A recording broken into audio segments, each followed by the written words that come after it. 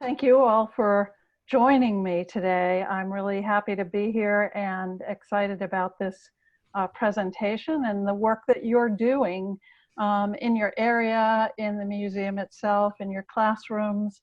I just really appreciate your commitment to children and to families. So thank you so much for the work that you do. Most people that have heard about Montessori think that we in Montessori don't ever play, that we always talk about the children's work and not about their play.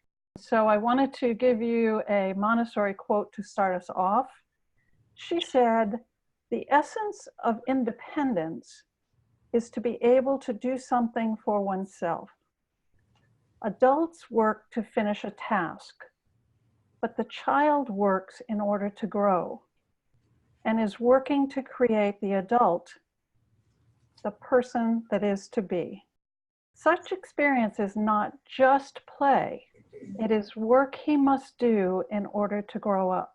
I'm showing you this triangle because there is this dynamic interaction between the adult, the child, and the environment.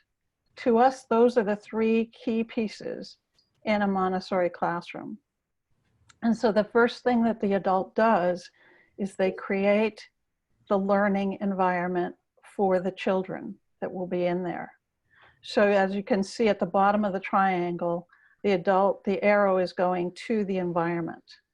And once that adult has created that learning environment for the child, then the adult links the child, and you see the arrow going up to the child, links the child to the activities in the classroom by giving lessons, by showing them how to use the things that are in the environment. And then after she or he has given the lesson, then the child is then linked to the environment through working with the lesson, exploring it, sometimes making mistakes. In Montessori, mistakes are looked at as a wonderful thing because when we make a mistake, that's where we learn. They are manipulating the materials, they are doing the lessons as they remember them, as they saw them, and then the adult is standing back and observing. And they do that observing because we believe that observation informs our practice, that through watching and observing the child and or children in our classrooms, we can learn what we need to do. The adult's job is to connect the child to the environment and then stand back and see what's going right, what's maybe not working so well, what needs to be changed, and adjusting the environment to the child or children within that environment.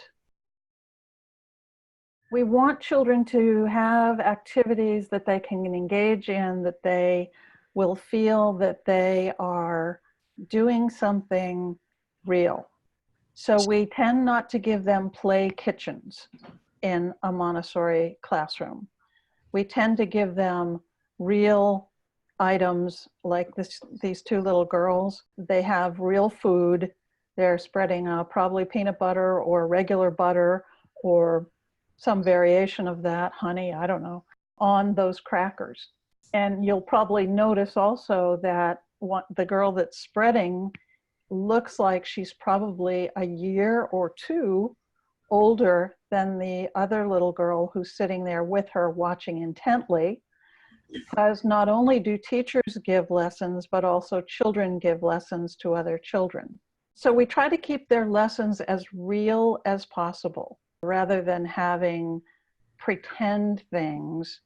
And that's part of Montessori's idea, is she felt, and we feel because we've been doing it for 100 years, that a child needs their real base in reality before they can become creative and imaginative. In other words, their creativity and their imagination springs from reality.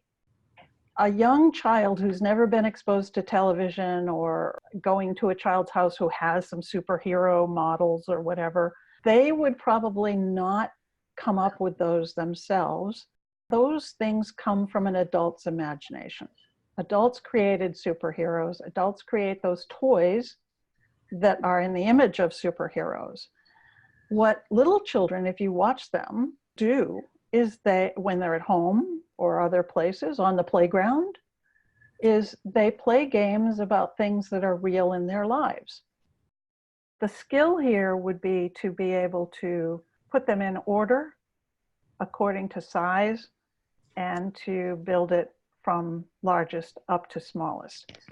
Am I going to go and correct this child in the middle of his work and his concentration?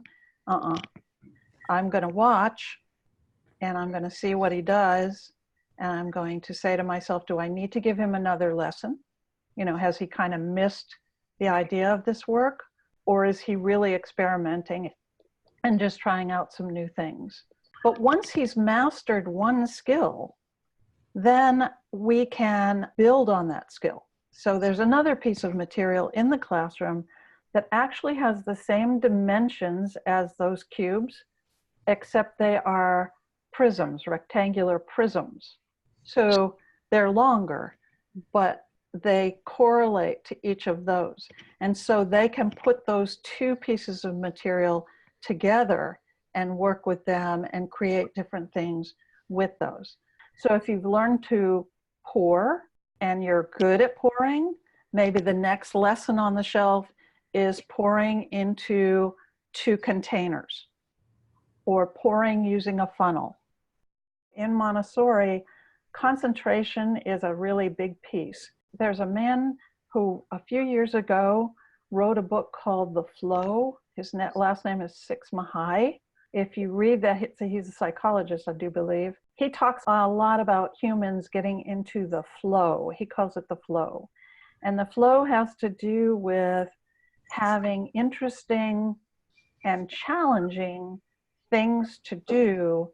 And when you have that, something that's interesting to you and challenging, it engages you in a way that you begin to become very involved with it. Your concentration is there with it, and you are in the flow.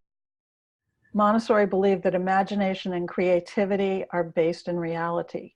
And she also believed that the second plane of development, which is the elementary years, those children are so much into this whole, they have looked at so many things in reality and in concrete ways that they now can begin to become very creative with things.